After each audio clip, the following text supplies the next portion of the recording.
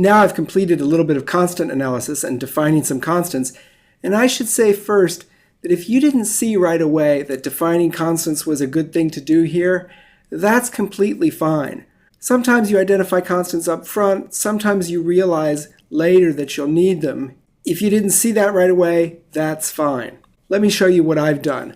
I'm in a different version of the file now, tuition graph V1. I added a required to HTTP image at the top because I knew I was going to be doing some drawing. I made it part of the file for constants, and I said, you know, this font size here that we're going to be drawing the name of the schools in, that looks like a good constant. By defining a constant for it, it'll be easier for me to change later.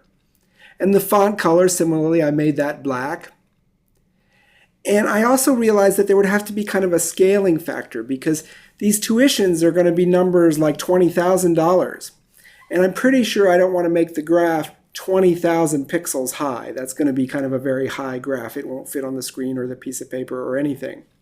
So I invented a constant that I'm calling the y scale, or I could have called it the y scale factor or something. But it's basically how much I'm going to divide the dollars by to convert it to the height of the bar. And I just guessed 1/200. Maybe that'll end up being right. Maybe it won't. We'll see later. The bars have to have a width. I just guessed that 30 pixels would look good. And the bars have to have a color. I just guessed that light blue would look good. Remember, the reason we give names to these constants is to make it easy to get the program going quickly. Then you can adjust them to look a little bit better. So that's the constants. The next thing I have to do is the data definitions for representing the information in this problem. Remember, the information that we have to represent is for an arbitrary number of schools, we need to know for each school what its name is and what its tuition is. Now what makes this problem different is we're going to have two data definitions. There's going to be one compound data definition called school, and that's going to be used to represent information about an individual school. And then there's going to be an arbitrary size data definition called list of school, which will represent an arbitrary number of those school units. And what's going to happen there is the second data definition, list of school, is going to refer to the first data definition, school. And that's going to carry through the entire problem. So there'll be what's called a reference relationship in the type comment. There'll be what's called a natural helper in the templates. And in the final function, there'll be a helper function call. We've seen this before. It's a theme of this part of the course. The structure of the information determines the structure of the data, determines the structure of the templates, determines the structure of the functions. So now let's go look at how this plays out in the code. I'm in tuition graph V2, and I've started the data definition, but I've saved the most interesting part to do now.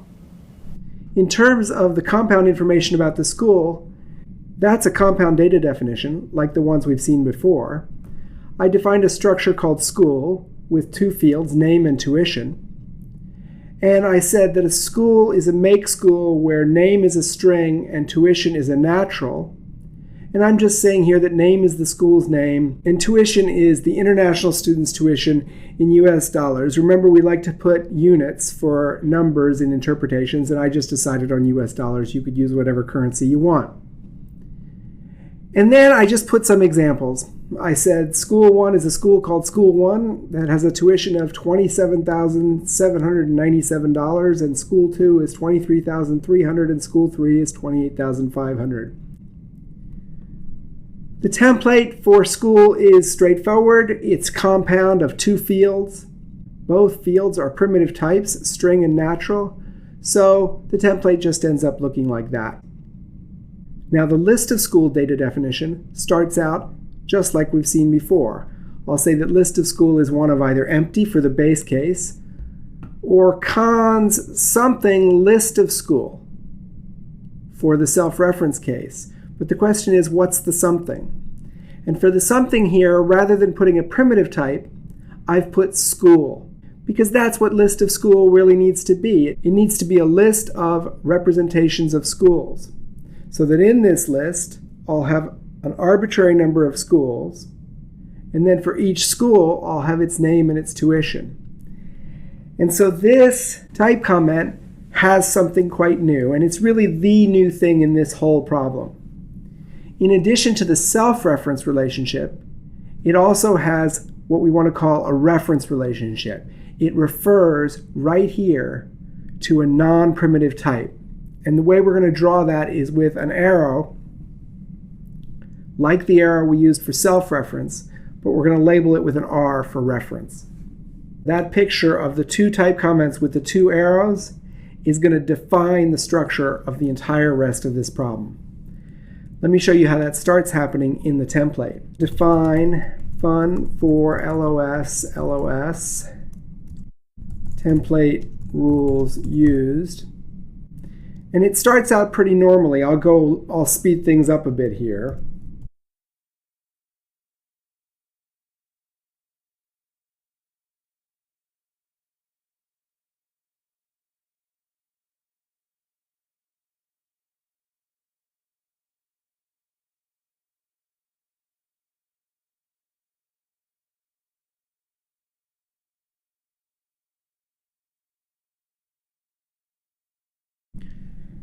And now here's where it gets a little bit different.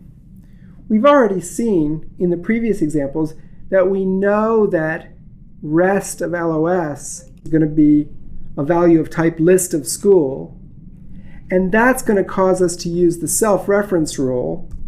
I'm going to skip a line here. That's going to cause us to use the self-reference rule.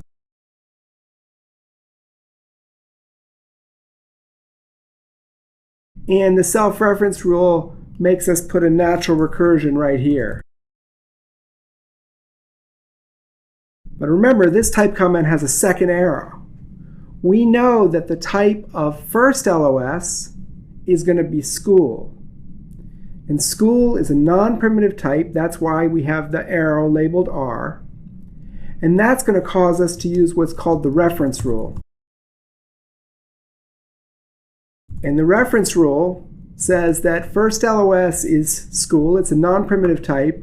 So what we're going to do right here, we're going to put in a call to the template function for the referred to type. That picture is a little hard to understand like that. So let me just rearrange it a little bit.